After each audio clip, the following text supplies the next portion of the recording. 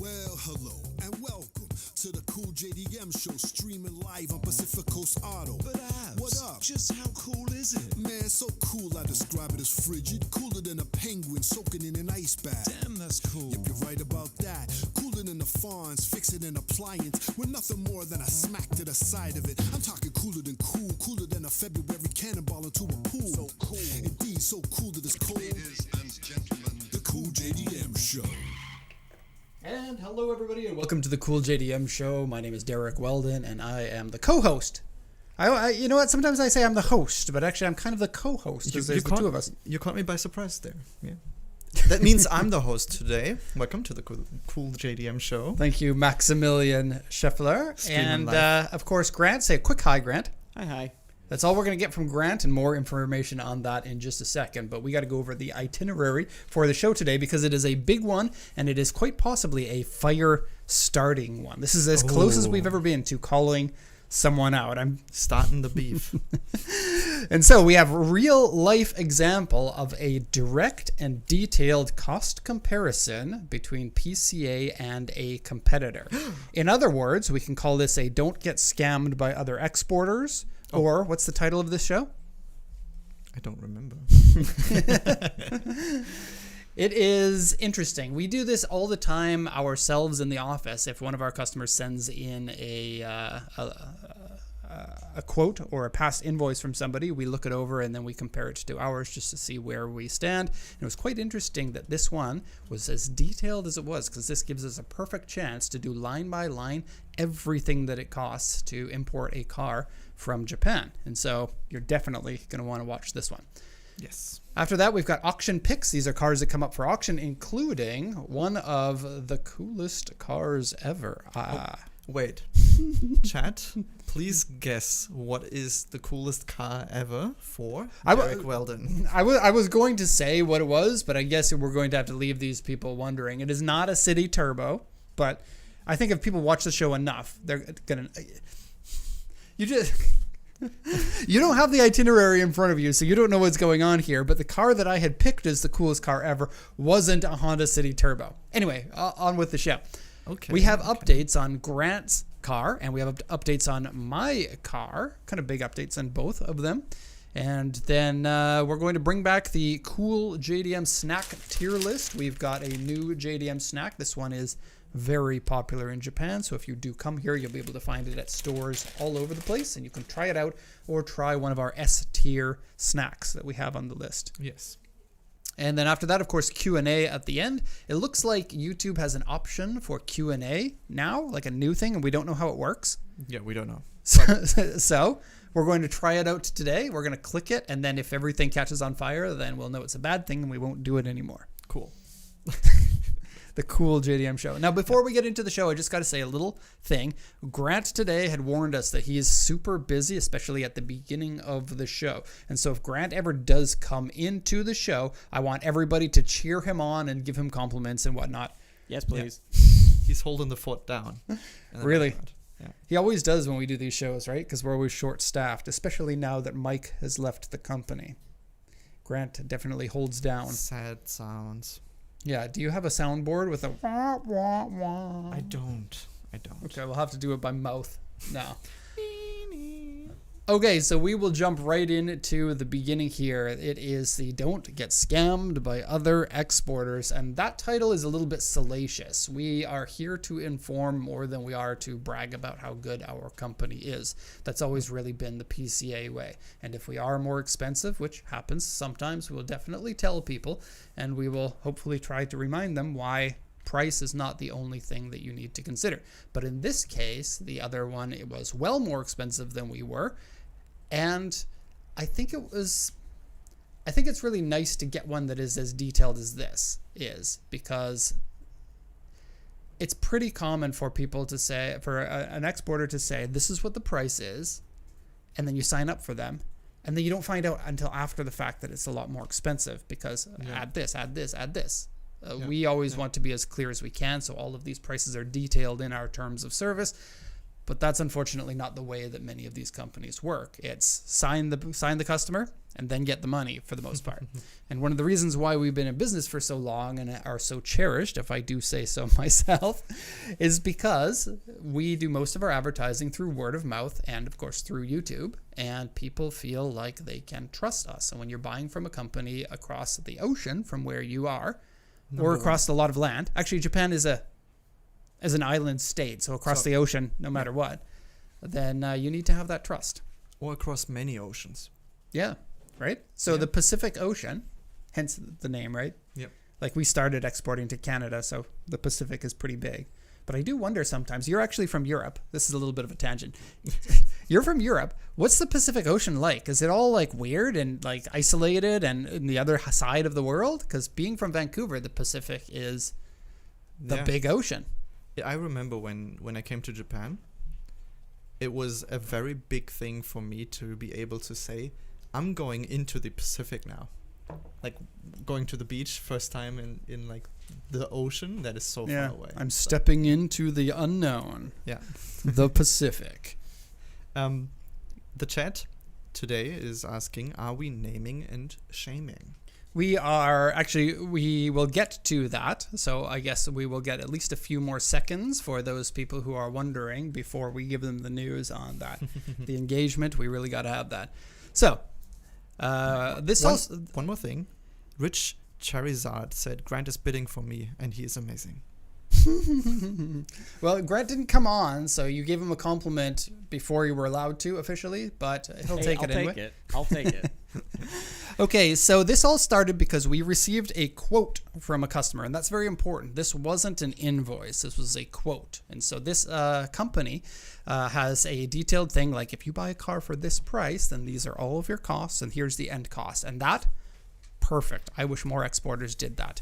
Yep. And so I definitely want to give props where they're due, and having an outlined price comparison or a price that you can go off really helps build the trust. Except for, here's our service fee, it's this low, but the rest, we don't know.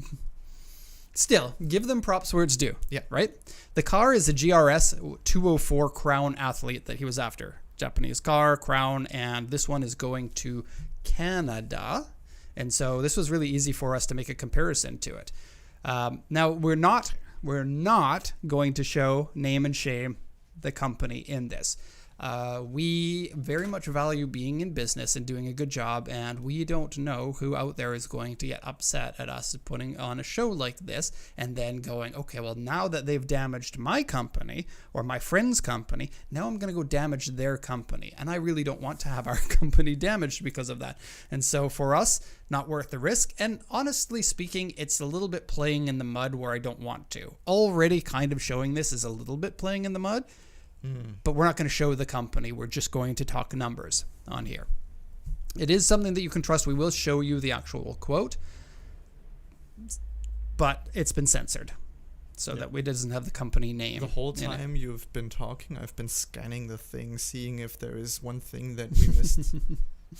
Right. Wait, there is. There is one thing, right? Oh, it's on the other side. Do you think you can quickly fix that? I'll quickly. We won't be showing that for like another 10 or 15 minutes. So you need to talk while I do this. Good check, Max. Good check. This is the look of Max when he's done something right. It's the same look that Max gave to his dad when he was 6 years old, I bet. Good job, Max. You really impressed me. Thank you. I needed that.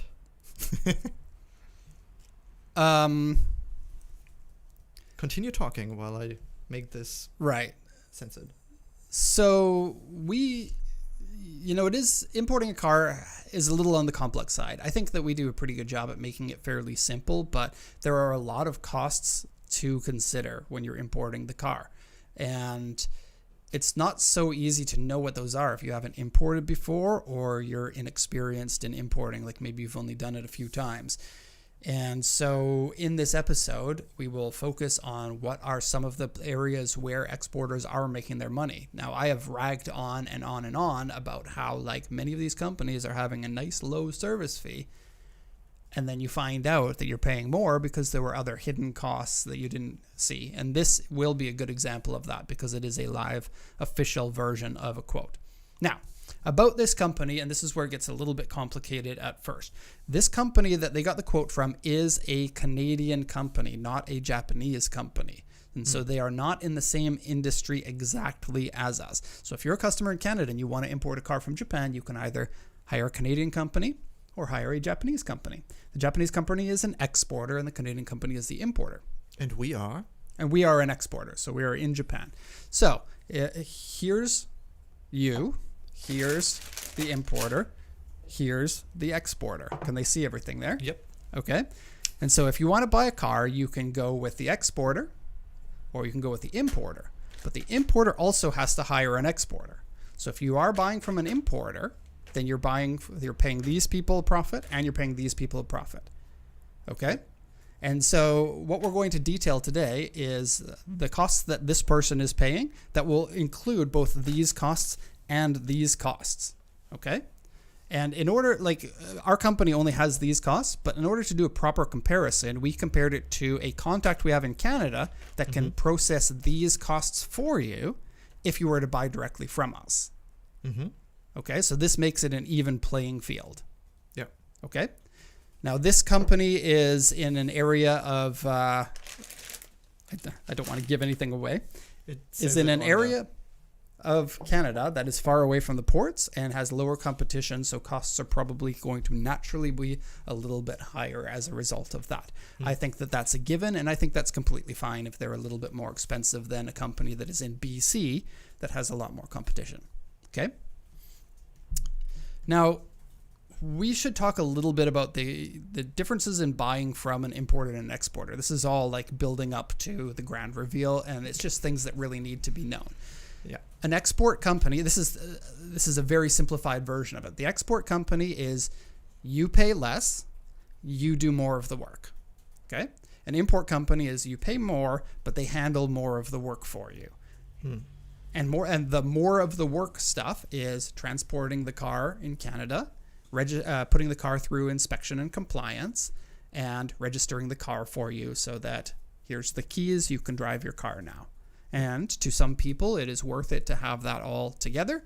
I think that the breakup or the makeup of value is probably 80% of people want to go with exporters because they want their money to go further. 20% of people probably want to go with importers because they want a service that is more tailored to what they need. Gregor, I think, has a point. If they're holding inventory, that's a different story because you can see the car before you buy. That's a very good point. This is exactly the type of things that we need our chatters to come at us with. This is auction purchasing. Pardon me for not clarifying that at the beginning. This is where you find the car at auction yourself and then you purchase that car, not an inventory car. Inventory is different, and then there are shops in Canada with inventory, there are shops in Japan with inventory, and that's a separate deal. So this is just auction direct purchasing. And just as a little bit of a side note, one of the other jobs the importer does is they could do the searching for you, so you don't have to do any of that searching. And this is something that people ask us. Hey, I don't have time to be searching every day for a car.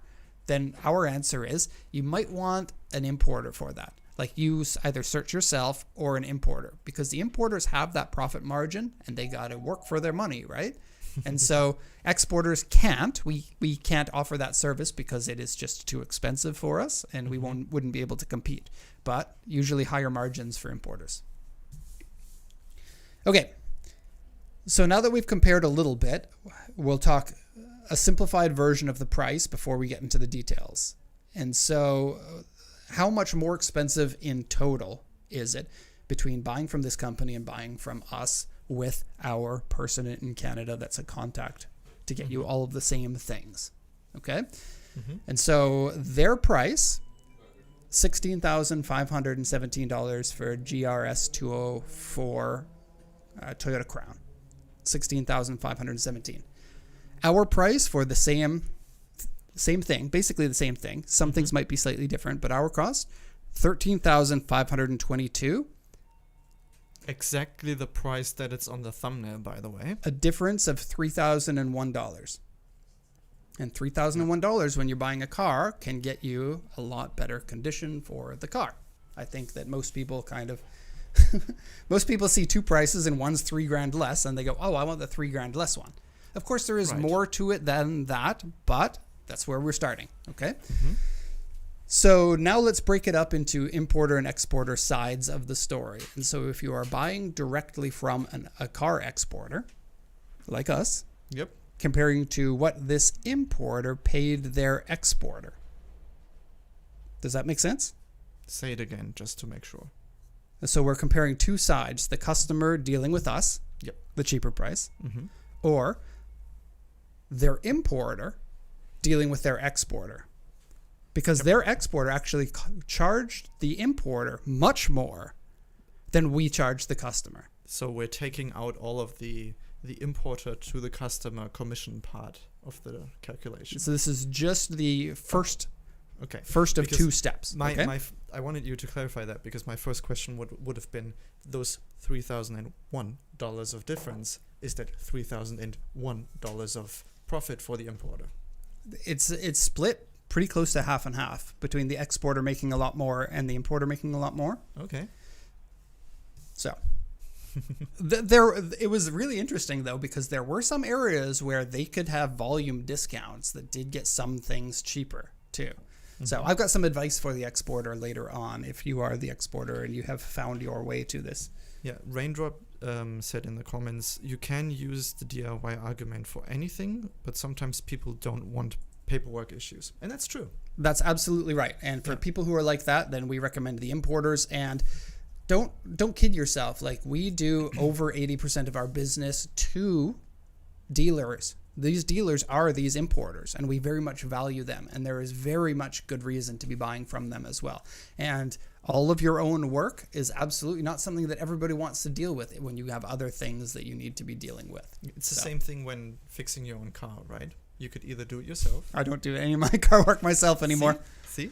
I did a long time ago, but when you have the money and then you balance it, it's like I can probably screw this up. I would like a professional to do it. I don't have time for it. I'd like to spend time with my family. Sometimes it's exactly the same thing. Both ways of doing it are okay. Okay, so this importer paid their exporter just service fee, as we're talking about here. Service fee is shipping, all Japan side costs here, $3,850, and our company is $2,804. This is a $1,046 difference, Canadian dollars, by the way, which is a 37% increase in costs. It actually gets worse when you get to a more expensive vehicle. This is based off of the crown cost, which we will show you in a second. But as you get more expensive, I was playing with numbers, and they can be 50% more expensive in costs in Japan. Damn. This is going to be the meat of where this exporter is going to get their advice. Not exporter, importer, pardon me. Okay. Now, importer costs. The imports... of course, an extra company, you're naturally going to pay something extra. And you're paying for ease. You're paying for same country. Same country is a big one, actually. Some people are like, if I do business in Japan, I have no recourse. If I do business in Canada, I can sue them.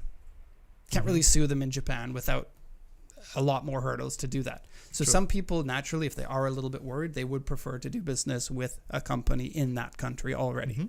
So that they can go knocking on the door and be like, hey, where's my money? If something goes sideways. Yeah. So, and then the next one, registration, can be a pain. And the next one is marketing. The importer is probably making a decent amount of sales because they rely more on marketing and grabbing customers before the customer really knows that they're overpaying for it. Honestly, that's just how it is. In every business. Yeah, I was trying to find a better word, but I didn't. And so in this case, the importer has added an extra 1,955 Canadian dollars. So when I said 50-50, I was wrong. It's actually 2/3 of extra profit from the importer and 1/3 of extra profit for the exporter. However, the importer here, keep in mind, we're balancing it against a contact that we have, and that's not a super fair comparison because our contact is much less than the average price, and he wouldn't be able to take on higher volume as a result because he doesn't have as established of a company. So let's be fair when we're comparing these two things. Okay. Truth be told, this company that we're saying is the bad guys here, We don't know their setup either. They could very much have a similar type setup as this contact that we have, where they don't have their own garage. Maybe they do have their own garage. I don't know. But this contact that we have contracts the work out to garages for work that needs to be done. Because in Canada, you need a safety inspection and you need to fix some things and stuff like that, which he fixes the stuff himself. Then he sends it to the garage for compliance. Anyways, that's the simplified version. So now let's go into details. And this is where we're going to show you the censored Max Yes. version of it. And we're going to do this line by line, comparing our costs, which, you know what?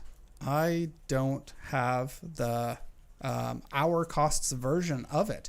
Do you mind bringing up ours, printing it out, and somebody from back there can deliver it to me? I mind not doing that because I can put it on the screen. You are so smart. That's amazing. Okay, so first, now I can't see what they can see though, which is probably fine. Yeah. The first line item here is the bid price, and we're going to talk only in Canadian dollars just to keep this simple. And so all the prices are going to be CAD. Okay, so the cost of the car is $6,608. Between them and us, of course, there's going to be no difference in that. The next one that you see here is a 10% sales tax in Japan. If you have watched our show more than once, you will know what this means. This exporter has decided they like free money, and they are going to charge a cost which is not actually charged. And just in case this is your first time again, the way it works is when we buy a car, we pay 10% tax. We file our taxes, we get all of that money back. This tax is a consumption tax. A consumption tax is only chargeable to business that is done in that country. Every exporter knows this. If an exporter says they don't know this, then they are lying to you, because that's how it works. You cannot have a business without knowing the very simple business 101 level information about running a business. You do not charge tax on a good that is being exported out of the country. Yep. Okay, this is one of the big ones. As you can see, they're paying an extra $660 for what is essentially nothing. Yay. And if you get a more expensive vehicle, because this one isn't really that expensive, then that problem becomes so much worse. Now, the next line here is the post-purchase Japan expenses. I'm not entirely sure everything that goes into this list because I am not this company. But they have charged $695, which... Wait, they would charge. Yeah. Because it's a quote. Yeah, Right? good point. And this amount, I am quite certain, does not include all of the potential Japanese costs. Just because knowing the business and knowing how everything is structured, in Japanese yen, it is a very round 80,000 yen. And that sounds very much like this is our service fee. 80,000 yen. So I believe, and I don't know this for certain, I believe that they don't have inland transport, which in Japan can be up to 80,000 yen by itself, depending on where you're buying from. Yep. And I don't think that they're adding in insurance or odometer verification or any optional extras, pictures at the port, anything else. This is their base service fee. And it could be that these importers are just getting everything base level to cut costs as much as possible. But still, not adding the inland transport on there is kind of a big one. Even if they're fairly close to the port, like they bought from USS Yokohama and then sent it through the Kawasaki port, which is right next door. Yeah. It's still like near $100 to send the car. And then you're probably not buying a car that's right next to the port. You're probably buying from Nagoya or Tokyo or... Yeah. But it's not 80,000 yen as their service fee. It's 80,000 yen plus 76. So it's essentially 150,000 yen. Right. With the 10% sales tax that they're still charging.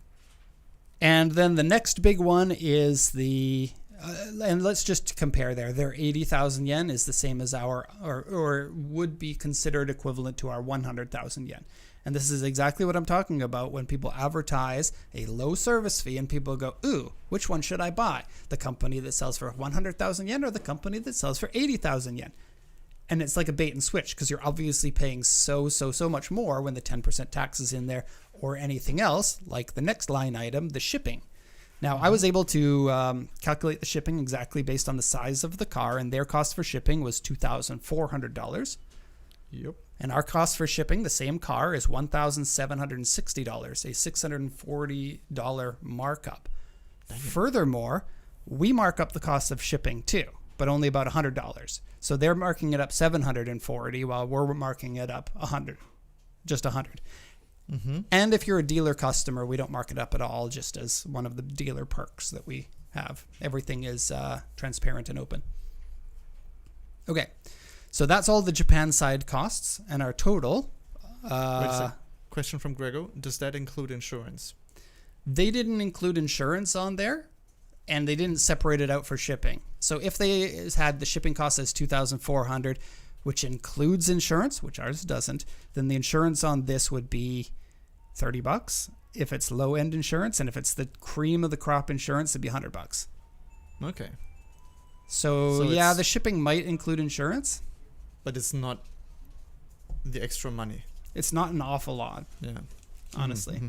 And to be honest, like we've seen hundreds of these different invoices from other companies, and the insurance, when it's charged extra, they always do the lowest level insurance, and it's $30. Okay. And then we do the highest level insurance because we don't want our customers to be, oh, my car got damaged, and then the insurance company finding a way to get out of it. Yeah. Or having a $500 deductible. Yeah. Like our insurance company has no deductible at all, which is fantastic. Important point to the whole thing here, though, that Hound Dog made in the chat. Yeah, but do they export motorcycles? Who knows? I don't know. On to the next one. So these are the importer costs, and we have a few kind of glaring problems here with the importer costs as well. So first line item is the GST, which is the same as a VAT tax or a sales tax or a consumption tax. It's called something different. And the GST is a federal level tax at 5%, and that's going to be the same between them and us at $398.26. Okay. Next one, and this one is pretty important, is customs duty. 6.1%. A customs duty is essentially like the cost that you have to pay to the government for importing a good when you are not buying something locally. If you buy a car in Canada, then the government gets profits from that. If you buy from overseas, they want to make it less desirable, so they add a 6.1% tax. What's missing here, though, is the 6.1% tax is actually 0% when it's a Japanese car. Oh. Because there is an agreement between Japan and Canada where if it's a Japanese-made good, like the cars are, you get 0% tax. Now, I don't know if this importer knows this, and I'm doubting that the importer knows it. I think that they probably either should have done their math or they did do their math and they're just charging it extra because it's hard for the customers to understand that that's not something that you're supposed to charge. Or you get a quote that's actually higher than what you have on the actual invoice back then, and you can be like, hey, by the way, it's actually cheaper than we quoted you, and then you're very happy. It could be. That's sort of like a reverse bait and switch. Yeah. It's at the quote stage, it's unlikely that, like, this is at the quote stage. That means they're putting their best foot forward to try to gain the customer, right? So it's unlikely that they would be under-promising at this point. And so that is $485 that you simply don't have to pay. And again, with a more expensive car, it gets well more expensive. This could be thousands of dollars. Yeah. Okay. Next is a AC tax. If your car has air conditioning, you have to pay $100. That's the same between our company and their company. Yep. Next is dock fees, and the dock fees are $575 basically, whether it's our company or their company. They didn't mark this up, which is good to see. Customs clearance. Okay, so here's where things deviate a little bit. Their customs clearance is $262, and ours is $293. So ours is $31 more expensive. We particularly, so when you import a single car, you have to pay more in customs than if it's multiple cars on the same BL. So our guy is $250 plus a few other small fees, and then another car is $50 on top. If this is a car import company, they're probably importing 3, 4, 5, 10 cars on a single entry, and therefore it's $250 plus 50 plus 50 plus 50, and overall it can be cheaper. But also, our customs broker is a little more expensive than some of the other ones. So if you do want to cut costs, you can usually cut $30 or $40 or something with going with another customs broker. But why would you? Because we trust that guy. Every time we've been in a pickle for any reason, he has had our back, and that's the type of person that you want. Furthermore, customs brokers, it's hard to find a good one. like nobody grows up and when they're 7 years old go, when I grow up, I'm going to be a customs broker. I always dreamed of managing Excel sheets. And it's a difficult job. You have to do like no work for 2 weeks and then super hard work for 2 weeks as vessels land, and you've got a ton of work to do during that time. And it's just like there's a lot of turnover. It's hard to find a good person. People just get out of it. And like very good props to someone who can do it well, and they deserve to be getting the extra money. And the amount, like, pardon me for ranting a little bit here, but like customs brokers that like are not good really ruin the experience and give it a lot more stress. If it's your first time importing and they're like, oh, you need to file the form 121 and give me this, you're like, what are you talking about? It's like German taxes. A good broker should be able to understand that a customer that is not used to importing needs to have their hand held. In the chat, people say, shout out to Al. Al is the GOAT. He really is, and that's our recommended customs broker. I read, shout out to AI. That's how rotten my brain has gotten with the whole AI thing. But no, it's an L. Oh, I see. There was one question. Dock fee, is that at Japan port or That's Canada. Canada port. Yeah. Okay. So when we do price estimates, we aren't adding the import costs. Oh, I'm sorry. We are adding that in our price calculator. Mm-hmm. But when somebody is like, how much do you cost? That's not any of our company's work. So we'll say, this is how much it's going to cost you, but that's not our profit. This is separate. Yeah. Okay, so next one on here is export certificate translation. And this one's a little bit, it just requires some explanation. They charge $90 for an export certificate translation. A little bit ranty here. You don't need this in Canada, but sometimes people will tell you that you do. So when we export a car, we translate the export certificate. The export certificate is your title of the car. Yep. We translate that for you.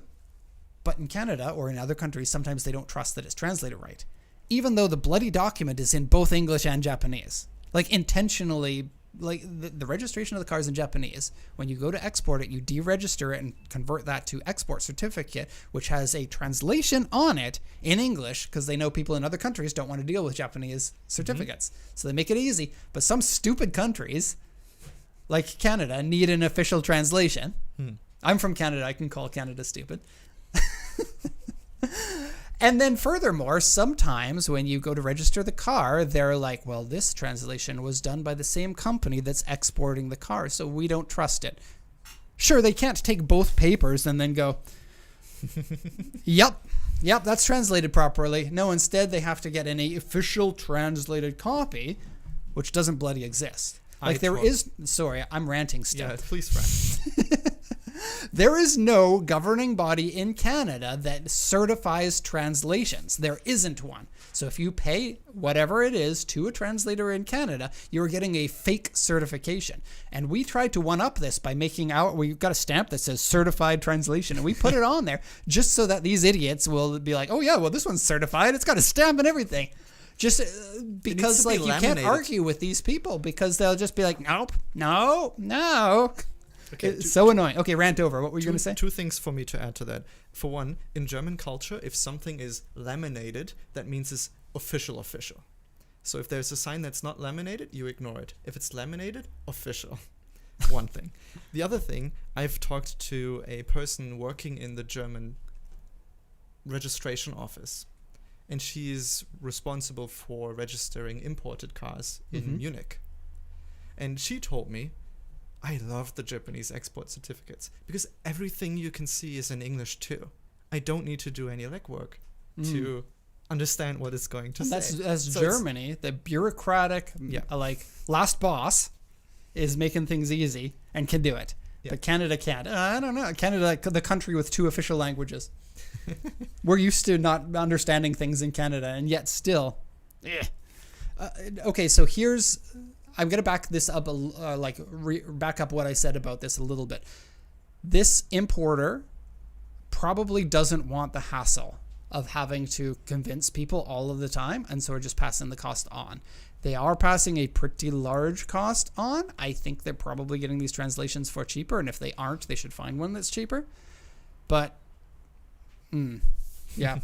I suspect that their car... their exporter is not translating for them because it's not something that all the car exporters do either. But they could get the translation service done pretty cheaply, saying, here's going to a translator and saying, here's the export certificate, here's the translation, I'm paying just for a stamp. Can you stamp these? And this will be a regular money for you with little to do. And they'll probably be able to get it for $20 or $25.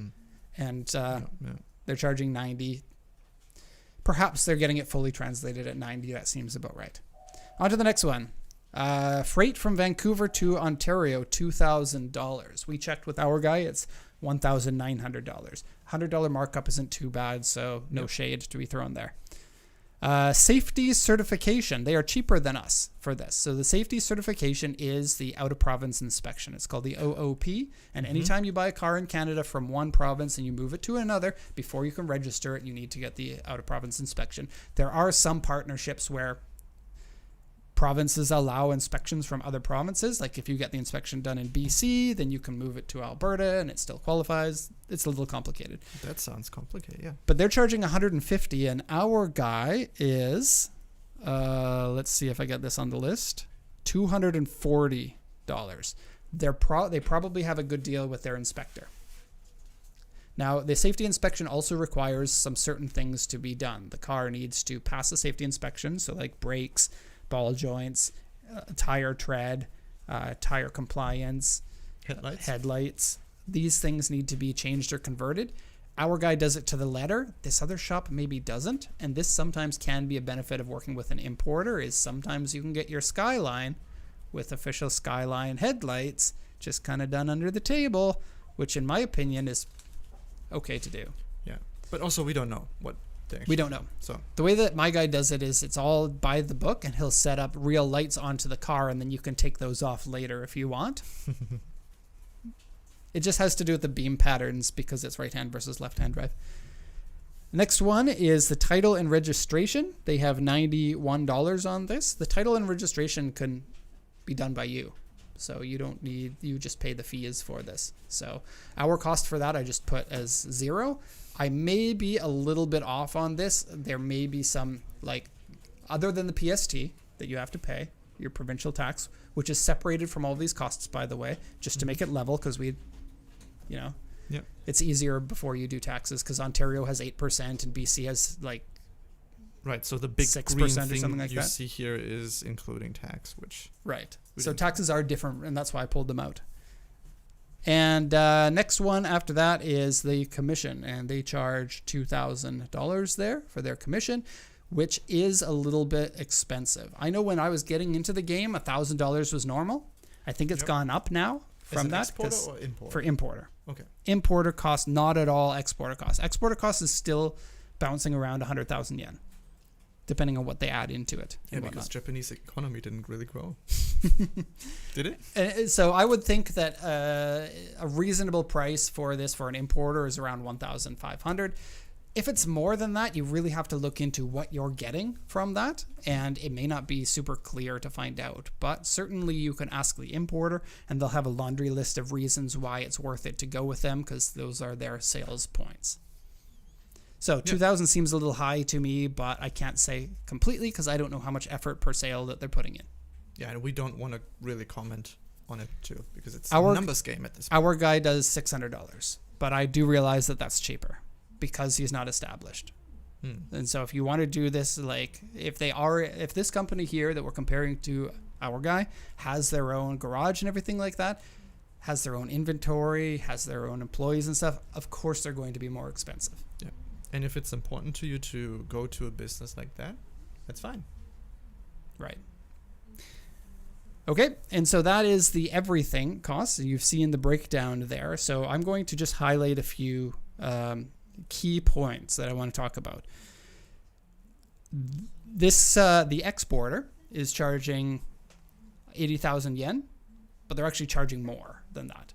This is the easiest way this is one of two of the easiest ways that you end up paying more. When you see a fee that is on the low side, there is always going to be more. It's usually those low fee companies that are making more money than anyone else because they are completely okay with adding a whole bunch of surprise costs to you. If you find one that is advertising a more realistic price, or at least, this is me in sales speak a little bit because this is the way that we run our company. The price is more realistic and it's not going to leave people disappointed at the point of purchase. There's already so many things that you have to consider when you're importing your car. It's a fairly complicated process that we try to simplify. To add in a curveball of now all of your prices can't really be trusted it's a tough one. Yeah, it makes it really tough to compare as a and you'll get too. exhausted. This is car dealers, like used car dealers, do this on purpose. They exhaust you to the point where you're just like, okay, I'll just sign. But even you go on Google and you search for car exporter in Japan, you get this list. Like the competition is big for car exporter. There are a lot of companies or individuals doing this, and you start going through the website and you try to find out the pricing for these companies. Some only have the service fee there and that's it. That's all the website. It's a one-pager. Some have more. Some doesn't have anything. Recently, so how do you decide? Recently, no service fee is on websites anymore. That's so odd to me. Right? Because they once you email a company, you're more likely to make the sale. Yeah. And if it's just as simple as how much is your service fee email, now they've got you captive and they can start advertising to you in a personal way. Mm-hmm. And so I get why it works. It's not very customer friendly though, and that's why we've never done it. So the next one over there is the sales. One thing Gregor said, my calculator says 14,769 and all in with taxes for a 760,000 yen car landed in Ontario. It's pretty close to what you had. It's more than what we have on there, but if you do want to talk details, you can send that to us and we can find out where the discrepancy is. Cool. I wonder, I do wonder where that is, and as an expert in balancing costs, we can definitely point out where the difference is.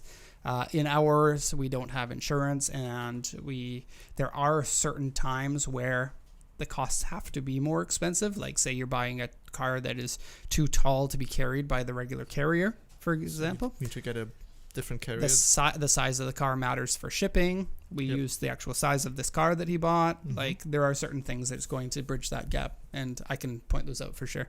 Mm-hmm. The next point here is the sales tax in Japan.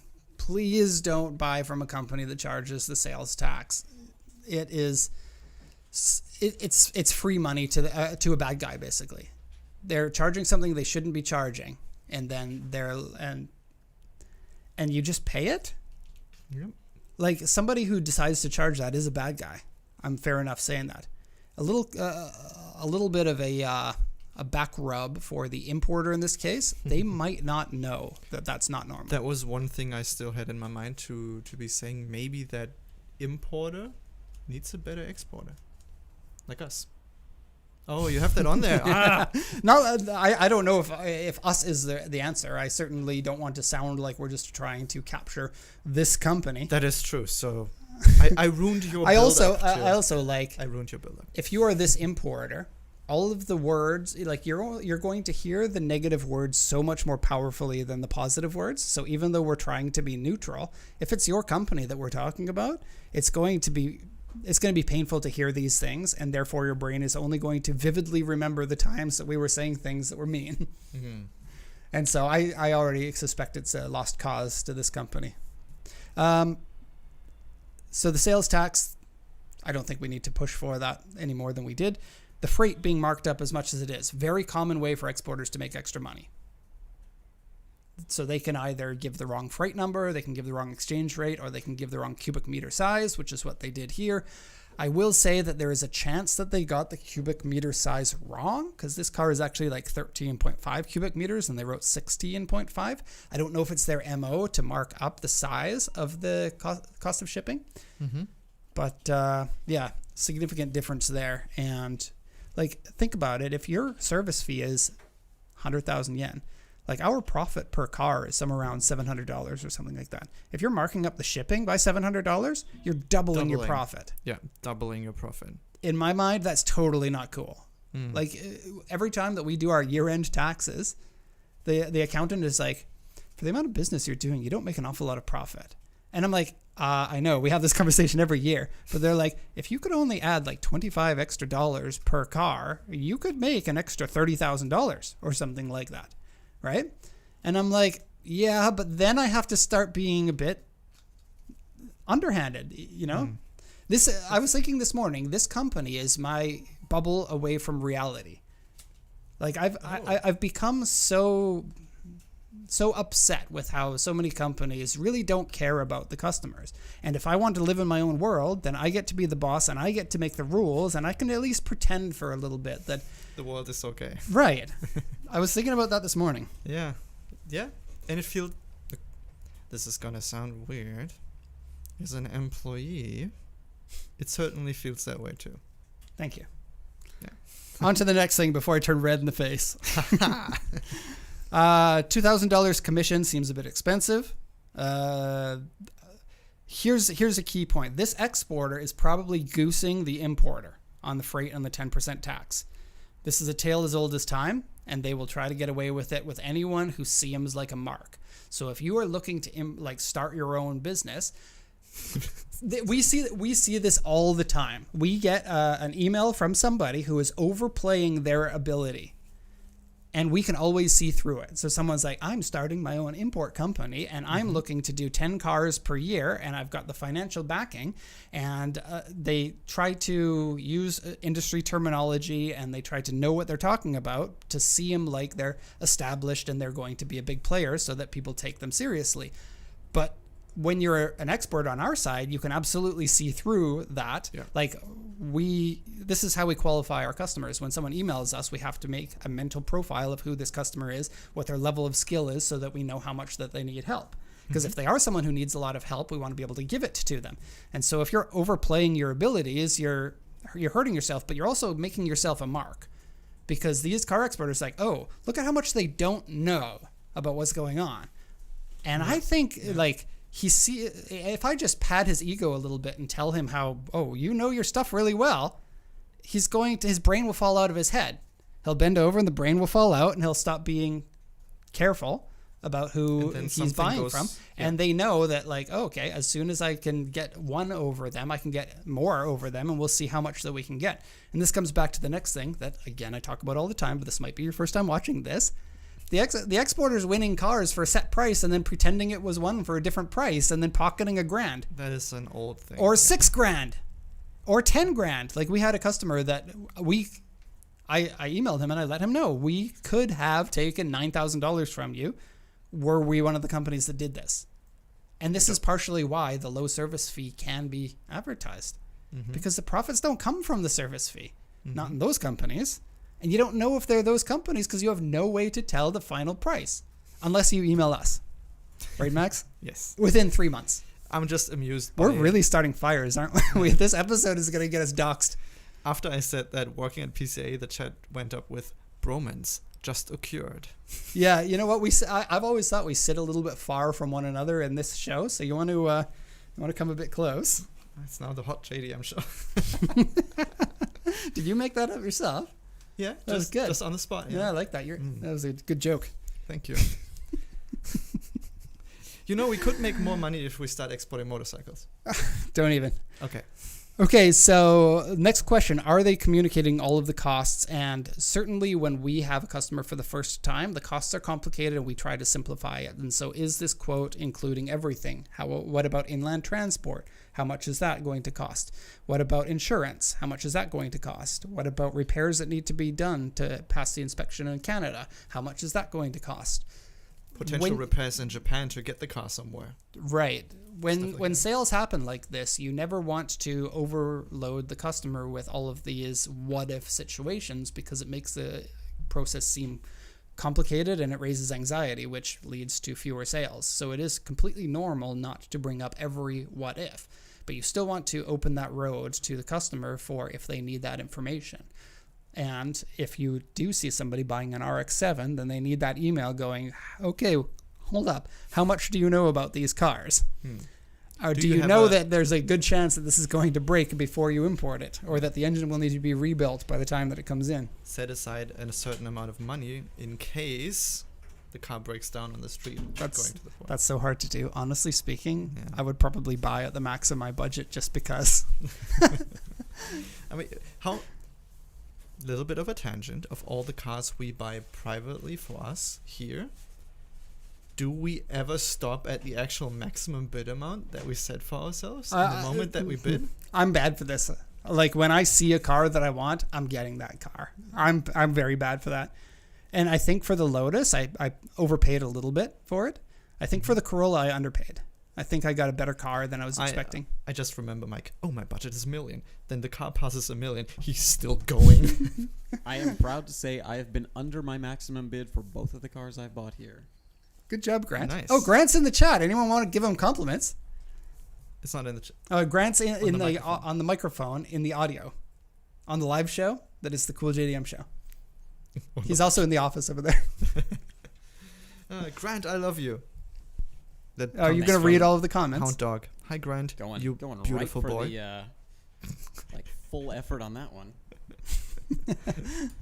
Hello, Grant. I find you acceptable. That's more like it. Dude, thank I you. mean, yeah, Perfect. sure.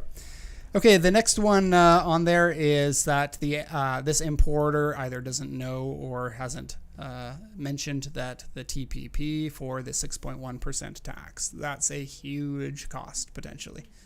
This car at only $6,800 is a fairly low purchase price. It's below our average purchase price for cars, and so this could be hundreds more than thousands of dollars, and so that's absolutely a big red flag. And then our advice to customers, like this, we talked about this for a long time. Let's sum up the advice to customers. And so number one, Let's go. see what you can do about figuring out all of the costs. Okay? Everyone searches for costs very first thing, and you do want to have a good cap on how that's going. Before you do that, though, you need to feel like you can trust that car exporter. So you're going to want to be looking for reviews and paying extra attention to the bad ones. Just because a company has bad reviews doesn't mean that they're a bad company, because there are such things as customers that stretch stories and things like that. Like, we try to always do a really good job, and we still have some customers that it doesn't happen that often. It's probably 4 in the 15 years that we've been in business, but they were upset with us for one reason or another. And so you got to get a good sense of trust before you start really understanding the costs, because they could say anything that they want and you have to either believe them or not believe them. So I think that this is if you go to AI and you say, how can I pick a good exporter? The first one will be check the costs and see what the costs include, which is very important. But if you're not getting the full picture and the costs, and you're getting the sales version of the costs, then you're not really getting the information that you need to compare. So do keep that in mind.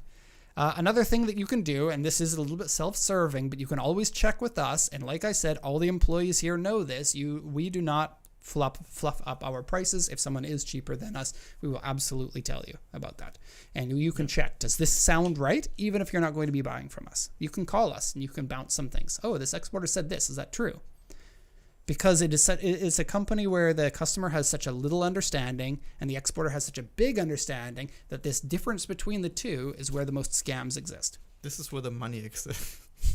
And this goes with all business. Anytime the customer has a very little understanding compared to the company they're buying from, it's easier to pull one over them.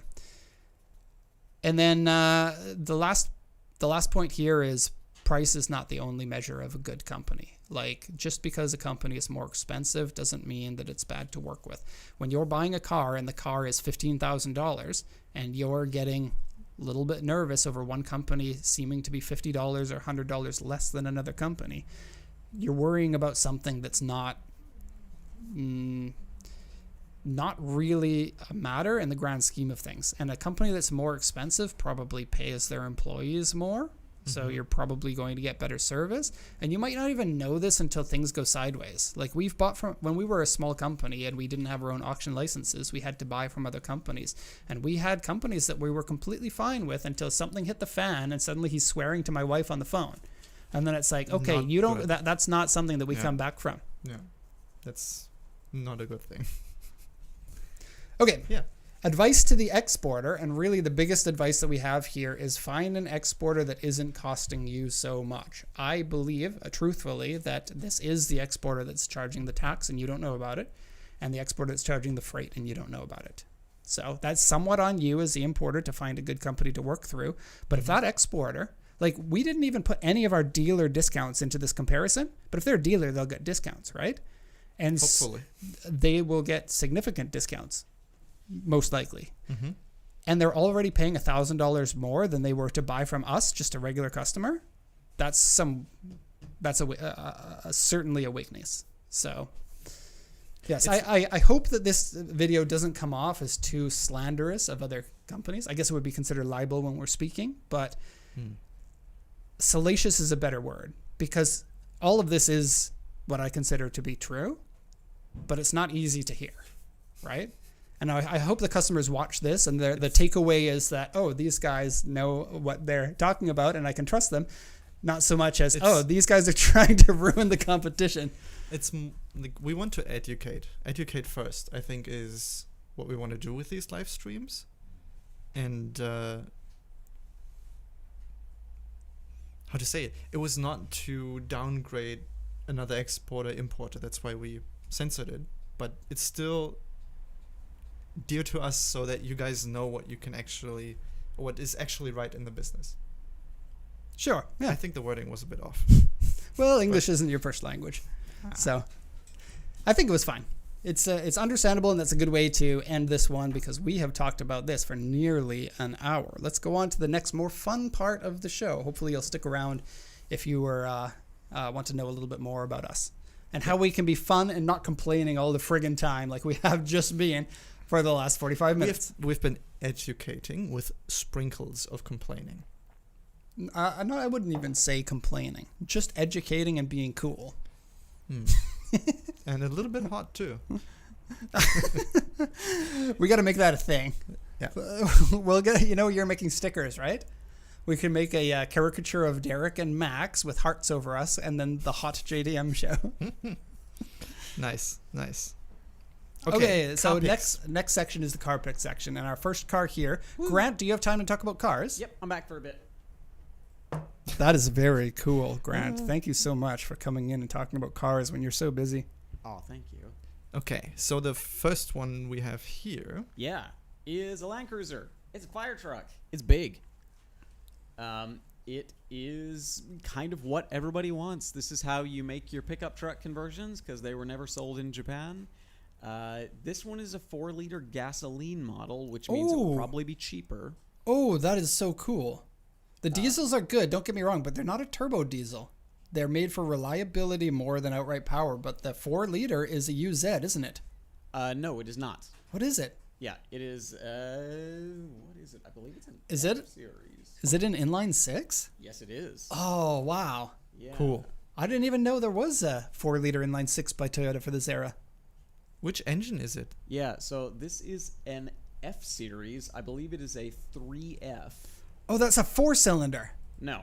Huh? It's straight 6. Yeah, it's 4 liters. So there's 2 F series engines with Toyota. What F are you thinking of? I might be getting this wrong. So the FJ, the 40 series, has an inline 6? In the same family as this one. Okay. So that is the original F engine that was made from 1949 to 1975, and this one is a 3F, so same family, 3rd generation. Thank you, Raindrop. I was thinking that the whole time, and I didn't say it. What did Raindrop say? F in the chat. It's the high roof. It don't matter, though.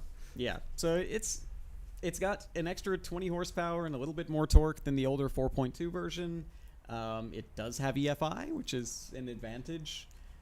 Super low compression. It'll probably run forever. Apparently, they're good for 300,000 miles without servicing, without oil changes, or without major servicing. Yeah, okay. I think even more than that. We just sold a Hilux Surf, which is a weaker engine that had 600,000 kilometers on it.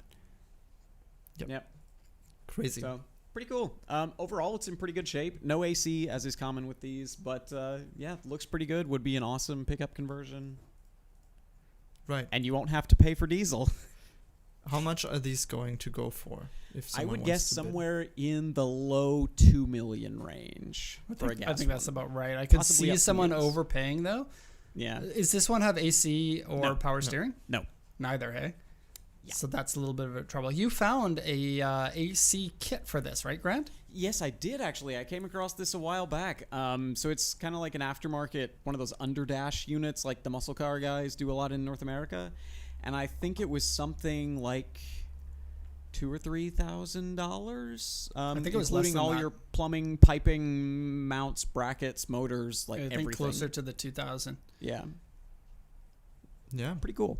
cool that you can do it aftermarket. Love the fender mirrors and that standable platform on the front bumper. Like, you never know when you need to stand on a bumper, but just in case, we put diamond plate on it. Right? It's ready to do just about anything. And I don't want to gloss over what you said at the beginning, that the fire truck Land Cruiser 70 isn't sold in Japan, Correct. except for these industrial fire trucks. Yeah, so a lot of people will message us saying, oh, I want a 70 series Troopy, or I want a pickup truck or something. If you want that from factory, it's got to come from Australia or the Middle East. We never got them here. But it is popular to buy these fire trucks, cut all the fire equipment off with a Sawzall, and then weld a pickup truck bed onto it. And those will easily sell in the 4 to 6 million yen range the 2 or 3 times a year they come to auction. Honestly, landed, they'd be... You want to talk, actually? No, you can. I have a habit of cutting people off. I'm sorry. I think a landed one that is done up properly with maybe even a small lift would be worth $100,000. Because 70 series pickup, it just makes people forget about their money. Every time I see someone here in Japan with a 70 series Land Cruiser and a pickup bed, I'm like, you are cool. Yeah, they sold Because 500 of them in 2014 as a very special model, and I love them. Okay, you can. Yes. Yeah. Next up, we have something for the Germans. It's a German. Yes, this is Oh. a 2000 Audi TT 1.8T Quattro. Oh.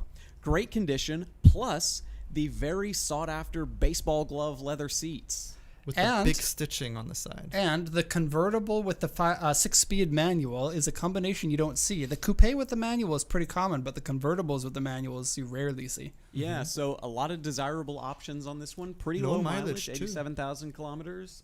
Could be miles. It is left-hand drive. We don't know, and the seller didn't say. But probably kilometers. Probably kilometers. It has a Japanese emissions code, so it doesn't look to have been imported from another country. Okay, then it would be kilometers. Some little things. Airbag warning light is on because it's a Volkswagen product. This one's made in Turkey, too. This wasn't one of the ones made in Germany.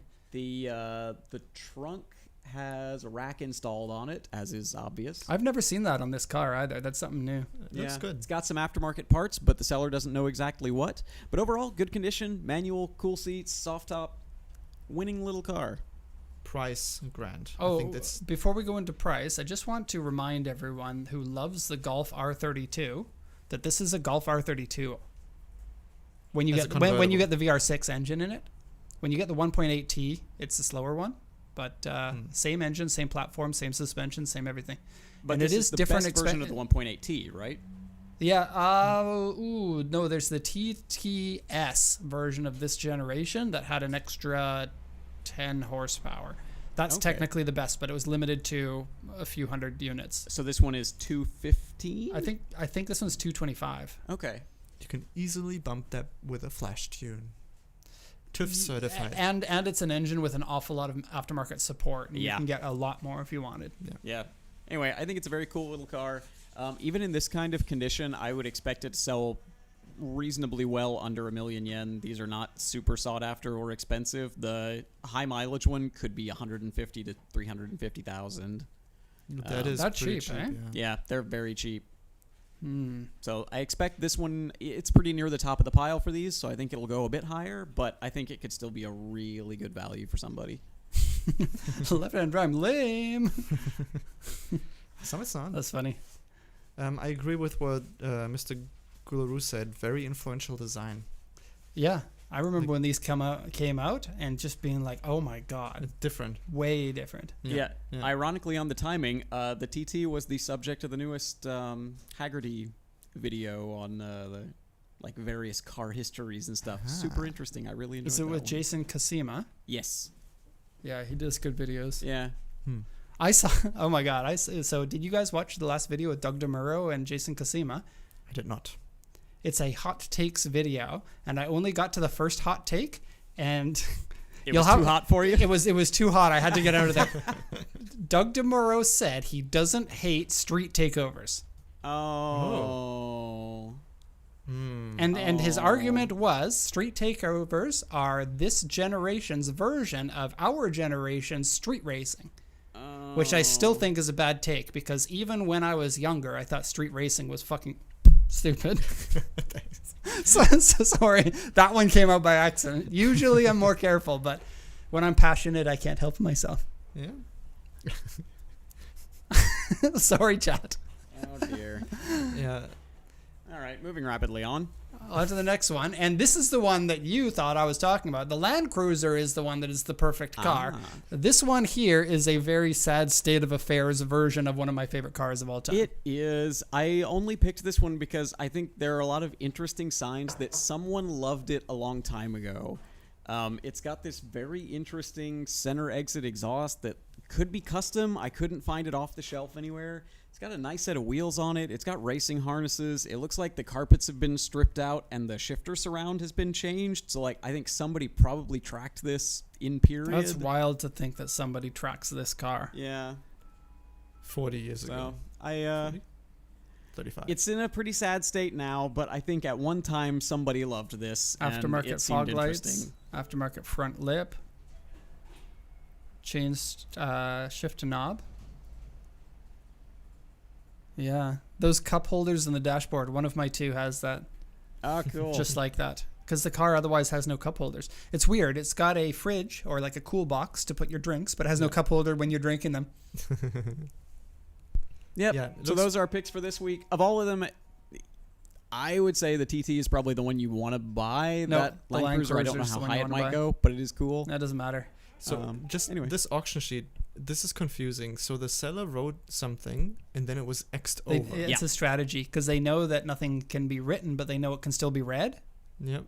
And so nothing of that is guaranteed. I don't think anyone does it, but imagine they're like, this car was owned by Michael Jackson, and then it gets crossed out. Like it's not an official thing, but they can write whatever they want, is what the point is. Clean. And the question of what is the big stamp over the diagram, that is saying that this is in an uninspected corner. This car is as is, where is, needs to be removed by a forklift with a truck.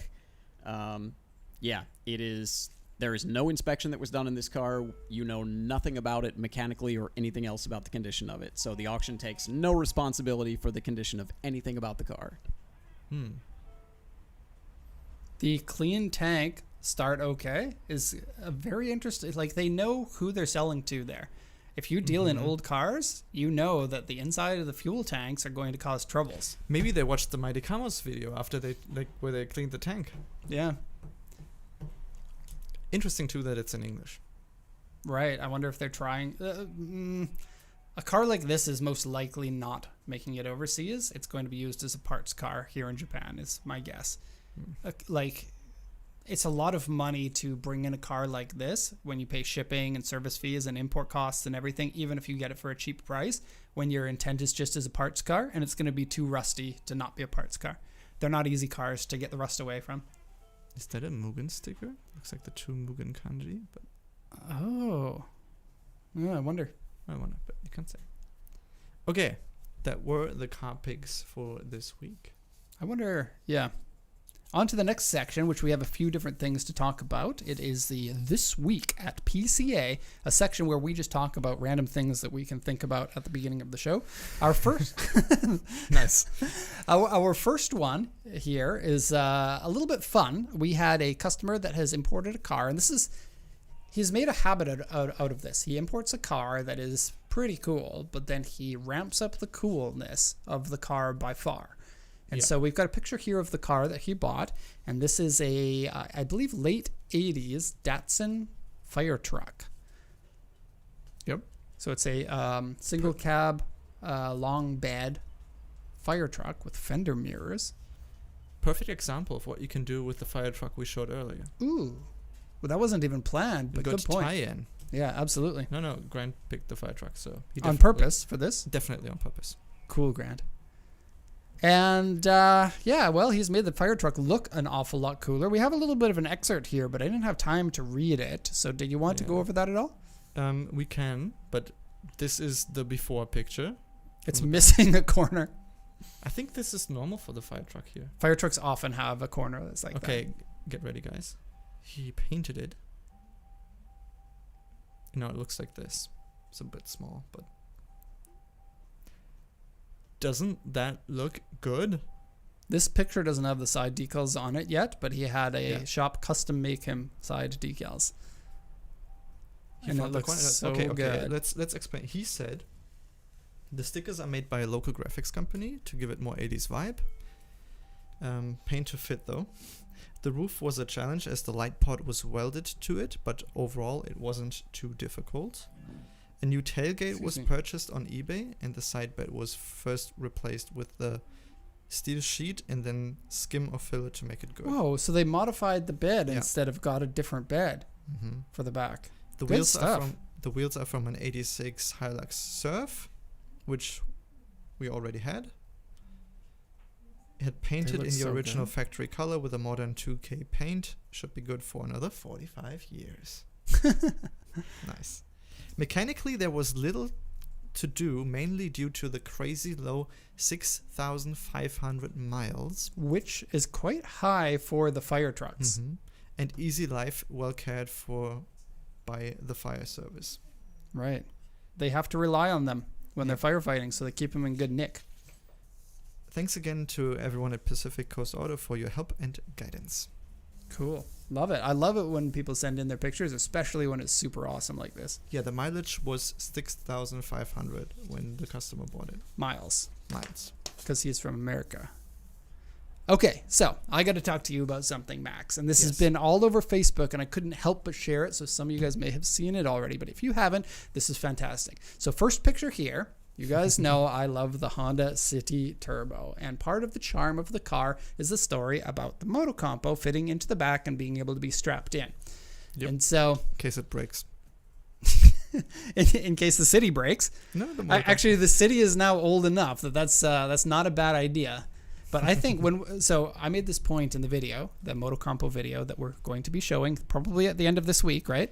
If we can watch it today, because I'm waiting on I've been so busy. Now that Mike's gone, it's insane. Yeah, if it doesn't come out this week. It never will. Nope.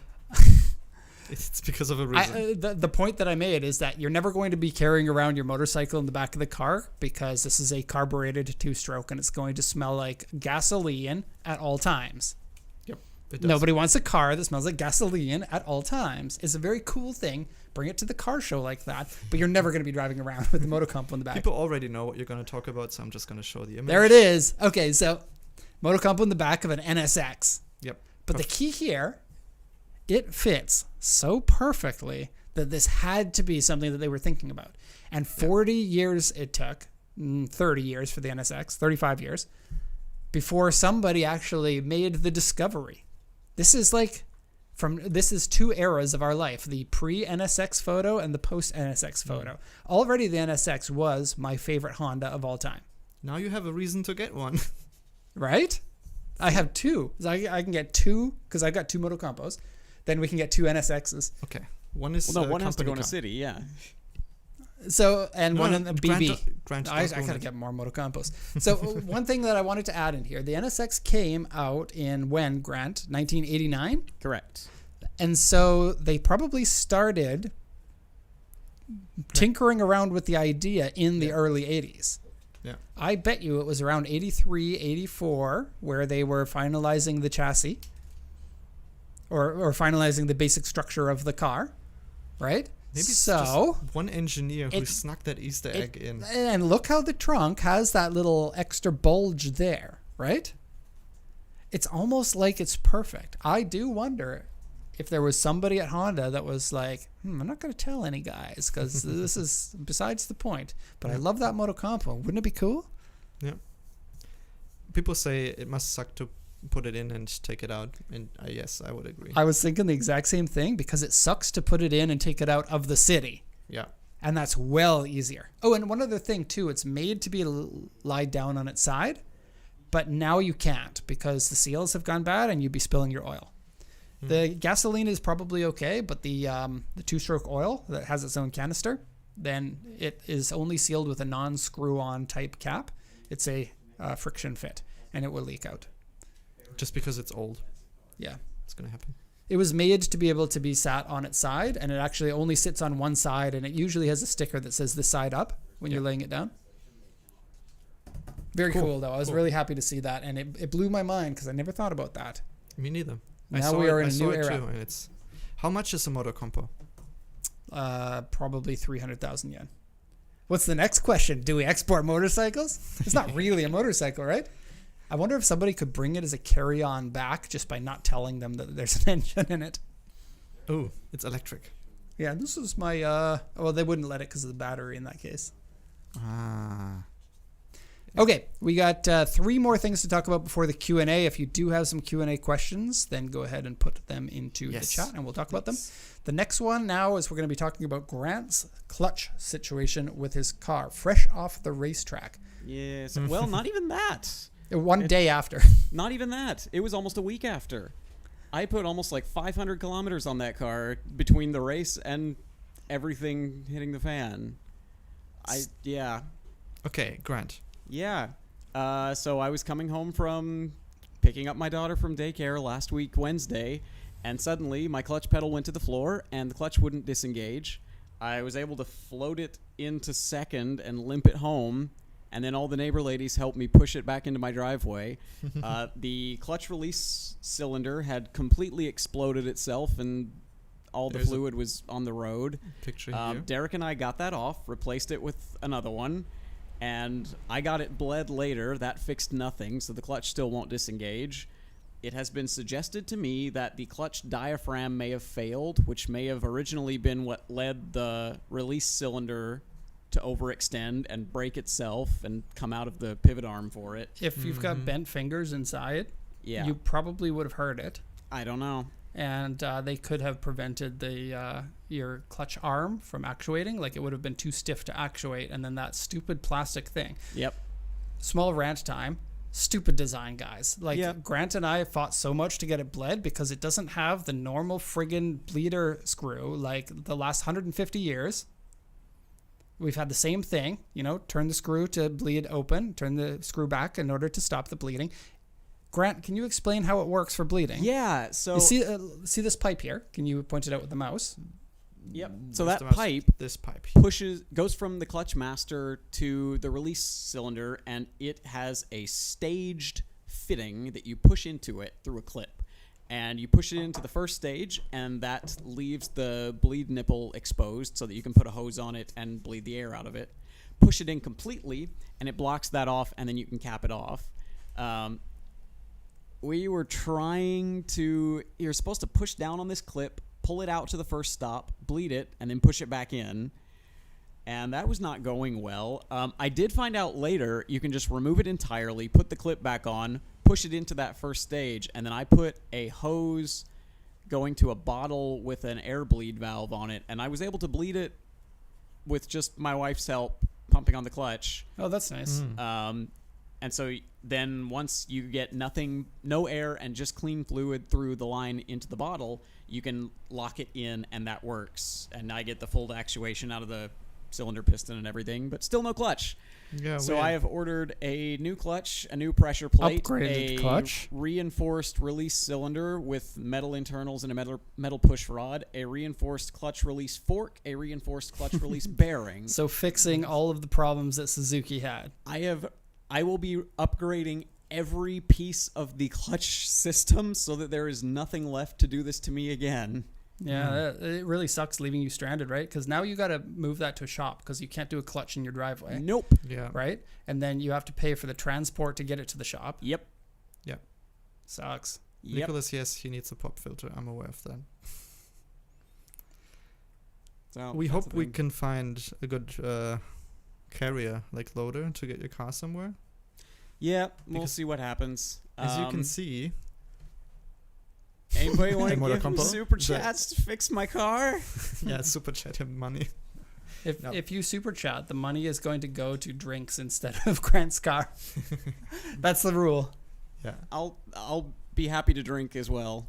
That works. Yeah, that'll fix the problem. You can. It always does. You can do work on your car in your driveway. However, you can see how tight it is. Yeah, and the Grant's clutch drive. is pretty involved. The too. photos make it hard to tell, but my driveway, you have maybe 20 or 30 centimeters of clearance on either side, and to do this, it requires dropping the transmission, which also means you got to get an engine hoist in there to hold the engine up, and it's not going to happen with how small my driveway is. No. What? Oh my god! Whoa, it worked. Holy. Okay. All right. That's we're going to get the good whiskey. Okay, but you got to clarify that. What does that money go toward? Because if you're paying that kind of money, you want to make sure that Derek's not buying dirty magazines. I mean, Derek's buying adult beverages for the office, correct? And so leave another super chat with your information. No.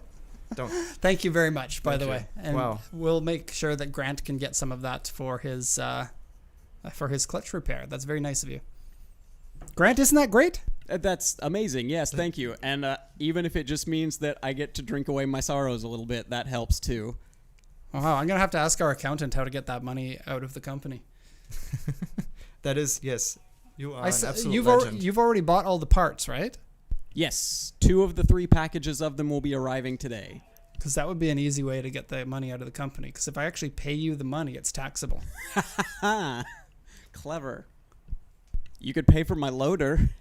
I guess technically, if I give you car parts with that money, it's still taxable. But it's a lot. It's easy to buy car parts in a company that always buys car parts and then go, whoops, I forgot to claim on your paycheck that you got free clutch. Damn. That's Donations really to cool. employees is not really okay. still. No, don't. Now it feels like it's a sad situation. It's a really, really cool situation. Fair. I'll find a way. You can buy alcohol for employees, as long as it's a party that everyone at the company is invited to. Then there is no limit actually to the amount of alcohol. This is very Japan. I love Japan for that. And so we could do a little bit of a swap where you find $100 worth of No. Okay, wait. alcohol in your possession. Raindrop has an angle. Because the car is on this stream, which has revenue, it is not taxed. It's an asset to the company at this point. That's not how it works. Yeah. Okay. Do you want to talk about your car now? Oh yeah, maybe I can get $100 too. Trust me, please don't send me any money for this. So I just got a diagram here because we're sending the car in for repairs because as you heard in the last show, the hood while driving just went wee on the highway and damaged a little bit around the cowl and whatnot. And I can't drive it again until there's hood pins, and I would probably kill myself if I damaged an authentic OEM hood. And so this kind of lines up with what I wanted to do. As you people know, the front end is not correct on this one because I've got an early model car and none of the hoods exist for them. So somebody put a late model hood onto it and it doesn't look right. And that has bothered me since I got the car. And so I've got a reproduction version of a early model hood that's going to come in, and we're going to paint it up really nice to be the same orange color, and it's going to look better. And while we're at it, we're going to do a few little touch-up things, like a tiny bit of rust down there at the bottom, replacing the over-fender screws. I want to re-chrome the bumper, but the paint shop doesn't do that, and replace the trunk as well, which has a little bit of rust on it. So the trunk will also be FRP. So Cool. I hope it will be pretty cool. It probably can't be done for another month or month and a half, but I'm very much looking forward to being able to drive the car and not have the hood blow open. And I got some very cool hood pins with the wires that go around. Do you know what I'm talking about? Full on like Dodge yeah. Challenger spec, yeah. And at first, I wasn't quite sure if I wanted to run the wires, but I think that Grant, looks cool. Grant It was looks like, freaking "Oh, cool." it's so cool, Derek," and I always trust what he says. So Especially if you get the bumper all chrome, so you've got just like shininess everywhere on the front end. yeah, it's kind of weird. There is no chrome other than the bumper. It looks like there should be, but everything else is just painted gray, and I'm gonna get it touched up so that it pops. Cool. Honestly, the grill for the early models looks a little bit stupid because you see my grill is all black there, It's supposed to have like a the vertical lines and the one top horizontal line are gray, just like the side markers are. And then there's another gray strip above and another one below, and it kind of looks a little bit dorky. But, you know, you want it to look original, especially if very few people have the early model ones. Yeah. Radical Tunes doesn't know what car this is. And I'm sure you're happy to tell him. This is a Corolla Levin, just like the 8.6, but the great-grandfather, 2 generations before the 8.6. So it's a grandfather, not the great-grandfather. It's 2 generation? Yeah, you're right. It's a grandfather. But the grandfather, we usually say the grandfather when we mean 1 generation, or do we? No, the father, the dad. Do you say I that don't know. about cars, though? I'm not native This is English. the dad. That makes it sound bad. Like it's out of shape, but still tries to keep up the weights. Keep up the cool. I mean, I'm talking about myself here. It's not a TE37, it's a TE27. It's very similar to the wheels, though, isn't it? Yeah. Okay, and I'm very much looking forward to it because 2 years owned the car, and that hood has bothered me so much. So I'm very much looking forward to fixing that. Okay, on to our snack tier list. We finally have something. Do you have the tier list this time? We've done a few snacks. I have the tier list prepared, yeah. Oh, good. For this specific one. So we are getting crunky today. And the crunky is, first off, a very Japanese title, isn't it? Oh, wait, and while we do this, drop more questions in the chat for the Q&A. It is crunky chat. So it looks like these ones come pre-packaged, but the original crunky is its own chocolate bar. These are like mini versions of what is normally like a rectangle bar and fairly thin, and then you can break the pieces off. But these ones are easier for sharing. And in Japan, sharing your snacks is a big thing. Anytime anyone comes over to your house, you're supposed to serve them some sort of little snack. And that's why a lot of the snacks here come in pre-packaged, like a bigger package with many little packages in them, sort of like Halloween candy back home. Couldn't help myself. There's pretzels on the packaging. Yeah, so it looks like pretzels, puff, chocolate biscuits like Oreos, salt and chocolate. They're a little crispy.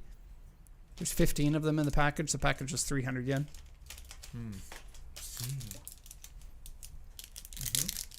And I picked this one. We're not only picking what the best snacks are, because we need to do a tier list, so there needs to be good, bad, and whatnot.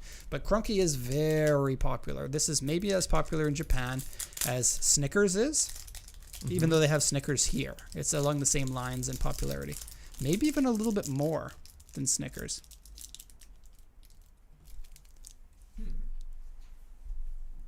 This is the silent portion of the show. All you're going to hear is the crunching picked up on the mics.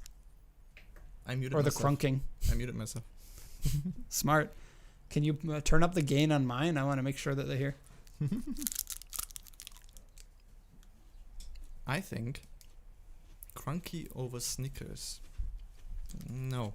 You always have a Snickers. I see the wrapper after lunchtime. Not always, but sometimes. When I feel, yeah. I think Always. it's good. Well, finish this Snickers. In order to always have a Snickers, I need to eat another one right after this. Oh, the tier list needs to load up again. I'll move this out of the way. So, the Crunky. Hey, Grant, come get Crunkies for other people in the office. Can I come do that when bids are done? All right. Is there somebody else who could do it? Yeah, Jacob's coming.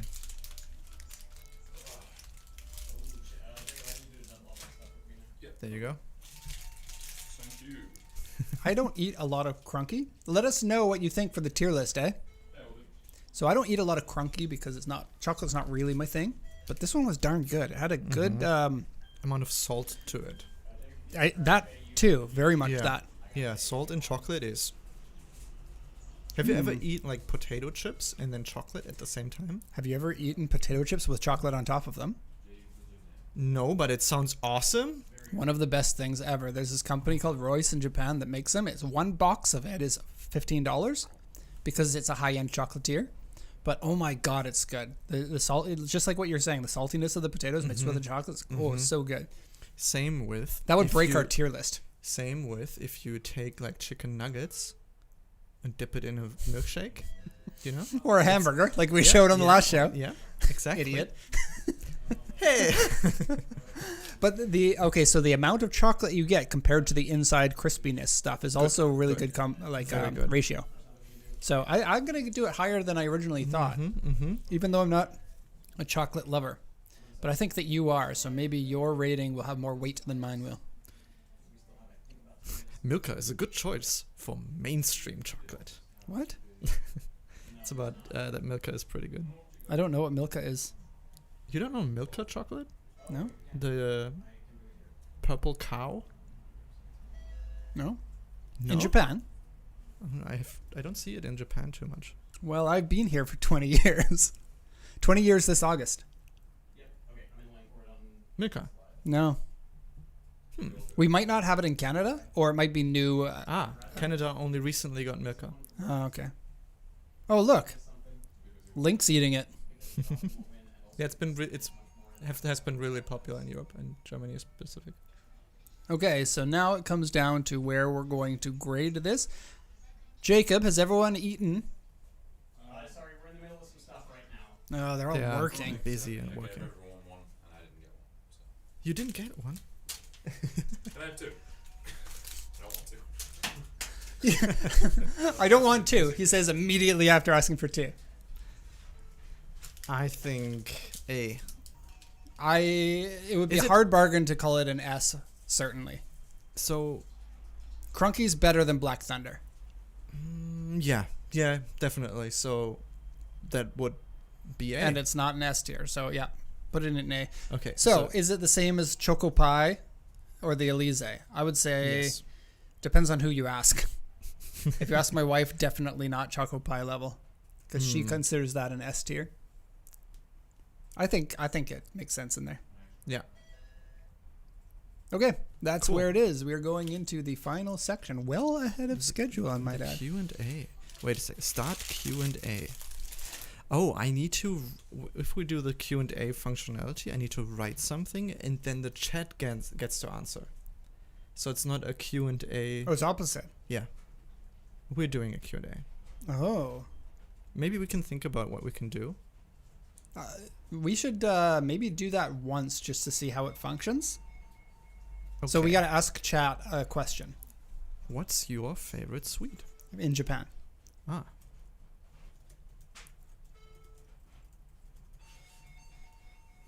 Start Q&A. You know what I was thinking? I need to get a mug that is cool JDM show mug. Don't you think that would be cool? Yeah, we need to do that. That's cool. And see if we can print the cool JDM show on like the perfect location. Like if I'm going to be sitting here, I don't want to always put the mug like that, right? I want to have it like this. And then so. Kind of a stupid idea, actually. But certainly we need it to be left-handed and right-handed. A lot of mugs only have it right-handed, and I'm left-handed, so you can't see. Yeah. The- Different versions. It goes in the shop and then it has a designation. This is a left-handed mug. This is a If you just put a logo on both sides. But if you put Pay it, the extra if you- 70 If cents. you put it here, you can. I wonder if people would be interested in buying mugs, because you always see them for sale from influencers, right? But like, I don't want a mug from an influencer. And of course, I understand that I'm not everybody, and some people might want that. And so but I always have these little epiphanies where I'm like, am I normal here, or am I the weird one? Yep.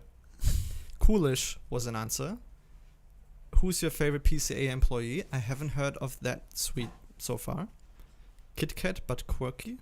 The soy sauce and wasabi. Wait, who is candies. your favorite PCA employee? In a reply That could get dirty. Don't do that.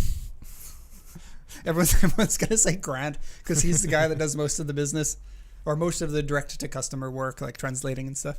soy sauce and wasabi candies. Oh, interesting. So I can't see the chat. when I Oh, look at so you the- can only see the answers to the. Yep. And then you can switch tabs between the different. Excuse me, I'm having gas problems today. Okay. I'm trying to go back. Max dipping anything in milkshake? Yes. No. Okay, I'm just going through the questions. Grego, we have Pocky in the next episode. We already got the package. It is the original Pocky, though, and it's my opinion that the specialty Pockies are much more tasty. And I love the Pocky for men. Like, that's the name of it. You know what I'm talking about? It says Pocky for men. Yeah. It's like, that's funny. We have unnecessarily gendered our snack. Okay, screenshots I took of questions during the show. Hit me. Would you, from that's GBH, would you recommend buying an American car from Japanese auction? Looking at potentially getting a Chevrolet Astro to replace my 2010 Crown Majesta. Wow, this is a whole bag of something.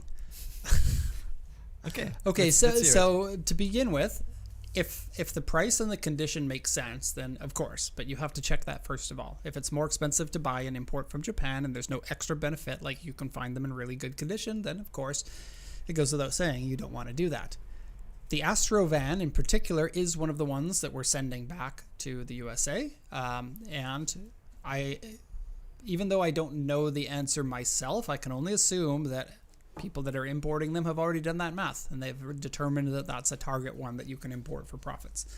Astro vans are in Japan considered quite big and with a big engine, so they're expensive and expensive to keep on the road, expensive for fuel, difficult to park. They're a type of vehicle that really has a very narrow niche of people who are interested in buying them, so enthusiasts basically.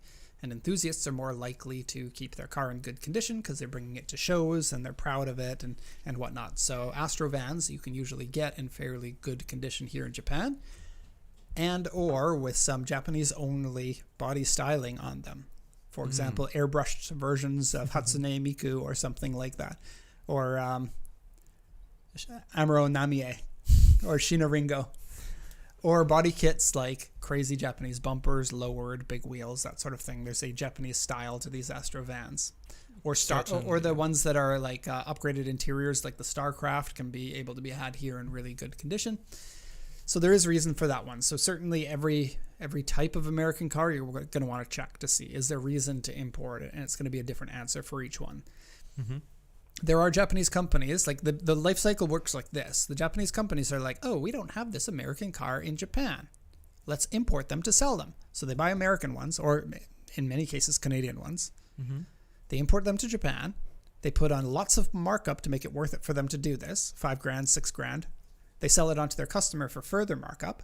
Mm-hmm. And so what could be like a, $30,000 van becomes a $50,000 van here in Japan. But then when that vehicle gets older, then the price goes down in Japan, usually pretty quick. A lot of these people want the car for the status. And if you don't have the newest one, then you're not buying yourself status. And so the price falls. Yep. Every car falls in price a little bit differently. Some of them crash pretty hard. Explorer is a good example of this. They are dirt cheap here in Japan. And Astros, a little bit more expensive. And then once they get old enough, some of these people want to nostalgia buy the car. So the price can come back up again. And so where is it in its product life cycle? Is it up here where it's more expensive in Japan? Or has it fallen down enough that's worth it? Or has it come back up again? Did I sound smart, Max? That sounded kind of smart, yeah. Kind of. It was smart. Okay, we got some question. Also, Nicholas is in the chat. Oh, Nicholas, hey, what's up? We got to drive our Corollas together. Mr. Gularu said, what's a song you guys are bumping on repeat lately? Check the name. So in the office, sometimes I feel like my taste in music is a little bit too hard. I do dial it back a little bit and play mostly pop music that I like, but I still think that recently I've been on a kick where I want to get away from like the harder music. Of course I'll go back to it. Of course I will. But recently I've been listening to a lot of 60s and 70s music. It started when I was recommended a Canadian group called The Band, which I knew a lot about. If you grow up in the 80s in Canada, you know the band called The Band because you just hear it everywhere. But I didn't make that connection. So I'm like, oh, this is that band. Because it's The Band. It wasn't my generation. It was my dad's generation. And it's not a popular enough band that you hear in Japan. because it's like a Canadian band. Because I mean, in Germany, you guys have German music that doesn't make it outside of Germany a lot. Yeah. So course. Canada's got that too, even though the lyrics are in English. Anyways, I've been listening to the band, and then I put on an awful lot of other similar types of music, because that's how YouTube music works. It'll just feed other similar types of music. And so I've been listening to some Doobie Brothers quite a bit. All names I don't know. Some Leonard Skinner, even though that's a little bit harder. I don't know, just a lot of that kind of 70s, some 60s. Yeah, it's been all right. I like it. I might hurt some feelings when I say this, but I believe that rock and roll music from the 60s and 70s has the purer version of music than the current version, especially when it comes to country music. Mike used to play a lot of country music in the office, and I don't like any country music, but if the country music came out after it, like 2005, 2010 or something, I don't think it's real music. I think that this is just a pander of a lost type of music. And I do wonder if other genres ever do this, but it seems like country does it the most. It's like, I'm a normal person, but when I am a country singer, I change the way that I speak and only play the same type of music that never actually changes over time. It's just a callback. It's a pander. And that, to me, removes the artist's integrity from it. And to me, that's very important in music. And so I think newer country music is going to make me throw up. I think it's disgusting because I already don't like country music. But listening to the old rock and roll, it's got a lot of bluegrass or tones of country music in it. And so it makes me feel a little bit relieved that I can get a lot of that authenticity back. That's good. Yeah. I recently listened to a song called Utopia by Susan Bear. Very specific, you can look it up. And then other than that, I've been listening to Eternal Love from Uppermost and Level Select from Pizza Hotline. There you go. Grant, do you have any songs? I don't know any of them. Grant, can you talk at the moment? Sorry, yep, what's going on? Your recent most played song. Swico. I don't really listen to music except what Derek puts on in the office. I am much more of a podcasty type of person. The last thing I listened to just on a random YouTube recommendation was the 40th anniversary remaster of The Touch by Stan Bush from the 1986 Transformers movie. Oh, they're re-releasing that in theaters, eh? I really hope that happens in Japan, but it probably won't. They've got the He-Man movie too, hey? The Masters of the Universe. I was wondering if I wanted to watch that. I showed it to my son, and he was like, no. I kind of want to watch it because I totally grew up on He-Man. Okay, we got lots more questions. So, XT Media said, I loved the new Delica video, by the way. I want to do a topic in the show comparing our old style videos to the new style in statistics. Because I feel like a lot of the long-time customers, they're so used to the old style, and they watch that video, and they, like, when we do something new, of course they're going to be like, I kind of like the old style. Yeah. But our new videos are doing better than the old ones by a significant amount, and I think it's only going to get even bigger as we pull in new people. So I do think it was a good move. Me too. And I want to have the statistics to prove it, so maybe in a couple of weeks. The question is, what do you think of the 2013 diesel models for when they are available to Canada in 2028? We actually got a comment in that video that, it's a bummer that they changed in the D5 to the CVT transmission. I read that, I absolutely agree. CVTs, I get it. They're for non-car enthusiasts for the most part. And I don't know if the diesels had CVTs or if it was just the gasoline, so I can't have a solid answer for that. Car-wise, though, I think that they look really good. I think that they have a decent amount of space in them, and the older ones are getting older. So you can't have a great condition Delica forever. So the new ones are maybe going to give you everything that you need still. And if you are not pedantic like me, then a CVT transmission might be suitable for you. XT Media said that the diesel got a 6-speed. And it was 6-speed auto? That was him that commented that. Oh, really? Yeah, I don't know enough about it to give the answer, but if it's a regular auto in the diesels, I would absolutely go for the diesels over the gasoline. Yeah, if we don't know the price of them He didn't ask for price, so we don't need to answer the price. Haha. I could give you an answer on the price, and I will be confidently incorrect. I want you to answer the next question in one sentence. Thoughts on mini trucks? When they say mini truck, well, that's more than one sentence. Mm-hmm. If talking about K trucks as mini trucks, then I think that they are mostly work trucks in Japan, and they're style vehicles outside of Japan, which is a cool vehicle to buy, and you should buy them. But if you are really tall, then maybe you should consider something different. Okay. They are very work truck-like. They are an inconvenient vehicle to daily, but they are incredibly cool outside of Japan. Whereas in Japan, they're just what the old Oji-san drives in the mountain when he's working on his farm. What's the cheapest car we ever exported? Was it the first car you ever exported? The first car we bought, I think, was 4,000 yen. But back then, the exporting industry wasn't as big as it is now, and Japan was coming off of the bubble where used cars were so cheap. And so, yeah. Grant, can you think of a car that we sold for really cheap? The Legacy that we got for 4,000 yen is probably the cheapest.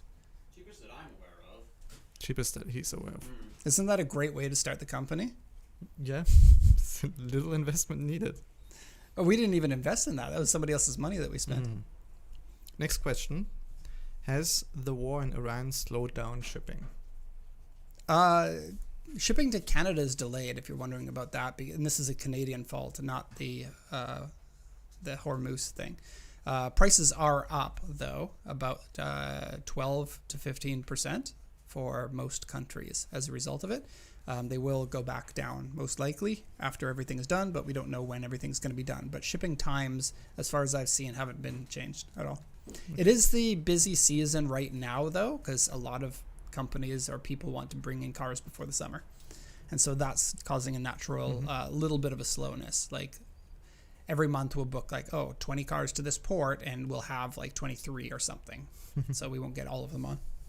Also, what does Max drive? Toyota Altezza RS 200 Z Edition. Do you want the floor for a little bit more? Nope, that's fine. Does it have a LSD in it? Yes. Does it have all of the little niggly problems fixed? No. But pretty close to it. I've never met somebody close. who has had as old a car as you that has kept it in as new of condition as you. Like most people that are driving a 20-plus-year-old car just get used to the little problems. And it's yeah, it's an old car. Yeah. I get annoyed sometimes, and then I just purchase the part. And then I get annoyed that I spend money. And then I get happy when I get it fixed. Next question. Am I delusional? ? Wait, it goes on. It's not just that. Have all of the nice VR4 Legnums evaporated? Yeah, so those were one of those cars. The VR4, if you don't know, is the four-wheel drive twin turbo 2.5 liter version of the Legnum. And they were incredible. And with that torque vectoring system. What is that called for Mitsubishi? AYC, I think. Thank you. It was their first car with AYC. Pretty cool. They were $500 cars 15 years ago. They were a very popular purchase from Japan. And they just got vacuumed up, and there aren't very many of them left here. People in Japan considered them to be not as cool and quirky because it was just another... Japan's got the Stagia and the Legacy, both very strong competition for that car. And, they sold way, way, way more of those two cars, and so they just didn't have an awful lot. Still cool, though. I think they look great. Next question that I can answer immediately after reading it. Yeah, but in one sentence. Max. Oh, I only need... No, it's not a word. Coolest car you guys have come through in the month of May. This month? Yes. We got a Murcielago that we're working on at the moment that we'll probably finish by the end of the month, which is pretty cool. Are you talking about the Silvia? Yes. Yes. It's going to you go know what? on YouTube. The Silvia might even be better than the Murcielago. Yes. That's killer. We've Do you want me to say? Yeah, you can say about that. We've got an S13 Sylvia coming up. It's a club case. I looked this up, by the way. The club case is the upgraded headlights version. Oh, so that's what it gets its own badge. Yeah. Oh, when you do that video, make a little note. I will. So, S13 club case, 41,000 kilometers, full original condition. Except for It was- paint. Except for paint. It was so cool. Yeah, and I it's want an a S13 so bad. It's beautiful so cool. two-tone, and those Mhm. cars look so good without body kits, without being lowered, without wheels. Like it sounds Mega strange, cool. and I talked about this in the video that like you can find old Silvias all day long, but have you ever seen one without the wheels changed, without the suspension changed? Like Silvias look so good when you change the wheels that everybody does it. Everybody puts suspension on it, and then there just aren't any more in original condition. Mm. But as the classic cars, as they get older, the original ones become appealing because Yeah. it's a highlight back into an era before you got to experience before, like my Corolla. I want to see what it was like to When it was authentically new. drive Yeah, this car when it's- it's brand new. And I have never been around or sat in a Silvia that gave me that feeling more than this one. And it's remarkable. Yeah. It's not green and gray. It's the seafoam blue and gray. Is that not green? No, it's two different colors. I think it's called like purplish silver Yes. something or another. You're right. Purplish It's silver the metallic wedge or something. Ish. Yeah, you're right. Purplish, silver metallic, two-tone. I just gray. remember because it's ish. Yeah. It's not purple. It's We, purple. we totally should have said that in the video. I don't ask me for colors. I'm authentically colorblind in some aspects. Next question: do you guys ski? And if so, where should I go if it isn't Niseko? I've been to Hakuba and Kiroro, but I'm headed back for another trip this winter. Who is this and which country are they in? NBOK. That's a fun way to write it, though. If you are from Canada, so you've already been to Niseko and Hakuba, and those are the two best ski resorts. I was a little disappointed in both of them, but I'm used to skiing in Canada. USA. So in Canada, we have my mountain was Big White, and then I skied regularly the coastal ones like Cypress and Seymour, and then also Whistler I got to at least once, if not more, per year. And those mountains are on a scale that's completely different. I was quite shocked that the ski hills in Japan, even the big ones, the ones that they had the Olympics at, Mm-hmm. not a lot of diversity in terrain. Pretty small. Like Hakuba and Niseko are both large mountains by Japanese standards, but they're still, compared to Canadian mountains, not very diverse. Like we're talking 40 or 50 runs instead of 150 or 200. Oh. Mm-hmm. And then people say that the snow quality in Japan is really good, but I haven't gone enough in Japan to really know the difference. He says, I'm from Utah, so the bar is kind of high. Right. I've never been, so I wouldn't be able to say. But if you have been to those Japanese mountains, there's nothing else really out there that is going to be of the same quality. And then I found that those mountains, and it shocked me a little bit, like in Canada, skiing has become a rich person's game, right? So there's a lot of money in these little towns. Mm-hmm. And all the infrastructure is in very good condition compared to Japan that looks like it hasn't been restored in 40 years because ski hills were very big in the bubble era where everyone had money, and then when the people don't have as much money anymore, then specialty things like skiing are the first to go. And these ski hills, because they built so many of them, they're all struggling to survive, even the big ones. Yeah. Or they've just decided that I don't need to put any money into this because the skiers that love skiing will come anyway. I don't know, but they all seemed quite run down and without without the improvements that they would need to be world class. And I suspect I'm going to get a lot of heat for this because people seem to love skiing in Japan a lot. Maybe I just got too high of a bar from what I'm used to. Maybe. I don't ski. I did ski a couple of times, but One thing I think that you should know, though, is if you are a skier, try skiing at the small hills because it's a very different vibe. There are hills that have literally 2 or 3 runs, and it kind of sucks to only go to a hill that has that few. Mm-hmm. But you could, they're so cheap. Like $15 lift tickets or $20 lift tickets. for a day. Yeah. Damn. And, I mean, Sure, you might get bored of it, but you can go to like 3 of them in a day if you really wanted to. And these little ones usually have lights too, so you can go at night. And it's a nice little thing to, like, if you're going into the mountains, you're doing onsen, then you can hit up a ski hill for a few hours and not feel like you wasted your money by buying a $150 ski ticket. Yeah, totally. Okay. Gregor said, what's a non-JDM car you think offers the best deal for the money at auction right now? And one reply was Cayennes. That is one of my answers for sure. Cayenne, also first generation Boxster. Panamera is pretty Yes. good too. And then, I had one more. Mark V Golf R32. I think You think can those be are a good value for money? I think that they they're can be. cheaper in Japan than other countries, Yeah, but compared to the GTI, they're like 3 times the price. true. And I I'm don't not know if saying they're 3 just times the cheap car. full stop, but I think they're good value for what they are. If you're just looking for straight up cheap though, 8N Polo GTI, those can be like under 250,000. Oh, yen. that's actually a good one. Yeah, that's a good point. Yeah. Same engine as the Golf GTI, just detuned, right? Which year are we talking? Like early For- 2000s. For the Polo, yeah, it's like 2006. 2006 to 2010 or something like that. Late Okay. 2000s, Yeah. just like what I said. I think that the Italian cars are good value for money. Ooh, yes. If you go into the Alfa Romeos, Yep.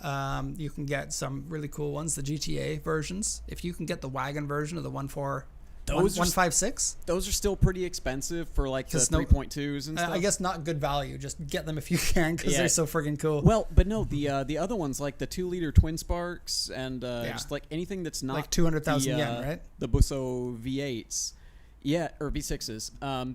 Yeah, they're super cheap, 200,000 yen, sometimes even less for like grade 4s with 60,000 Ks. They're very Damn. cool. Damn. They will break, but they're very cool. Yes, 987 KN. Like Cayman. Yeah, I think that's a good value for money. There's Yeah, plenty yeah. of them here in Japan. Okay, I'm always curious to know what Aston Martins go for at auction. Less than you would think. Yeah, they're Ooh. pretty cheap. Yeah. I have They're seen, pretty cheap to buy. Right.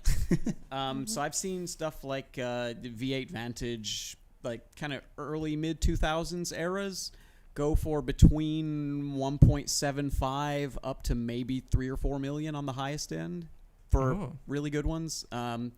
You'll mostly be looking at automatic V8 models. There are a few V12s and a few manuals, but those are very special cases. And they're going to be expensive because around the world people want the manuals. So you no longer have a Japan priced car; you've got a world priced car. Someone in the chat said it cost me about the same in running cost as it did buying in about a year. Wow. because people are going to sell them when they become problematic. It depends. If the car is Yeah. like a 3 or 5 year old car, that's not the case. But if you're looking 15 plus year old Aston Martin, yeah, this car has become a headache, and now I'm getting rid of it, and it's going to have all the maintenance that wasn't done. Gregor is on a question streak here, so I'm gonna keep going. Do you notice any difference in Thank you, auction? Grego. Do you notice any difference in auction prices for larger engined cars now that fuel prices have gone up? I don't think so. No. Fuel's always been expensive in Japan, so no. Yeah. Okay. It's also a 2-tiered economy where the people who have money have all the money, and the people who don't have money don't have the money. This is just the way that it is. With the house price increase, everyone just got free money if you bought a house within a certain amount of time, and if you didn't, you don't have the money. So, yeah. Okay. This one last question that I'm gonna ask could be something that we talk about for a long time, but I will still ask it. We've got 4 minutes. What y'all takes on the Ferrari Luce? Oh, you wanted to talk about this, didn't you? I initially I You did talk first. I've got a take on it. My take is, first, I love the interior. The interior is awesome. Like, 10 out of 10. I think it wouldn't be so controversial if it wouldn't be a Ferrari.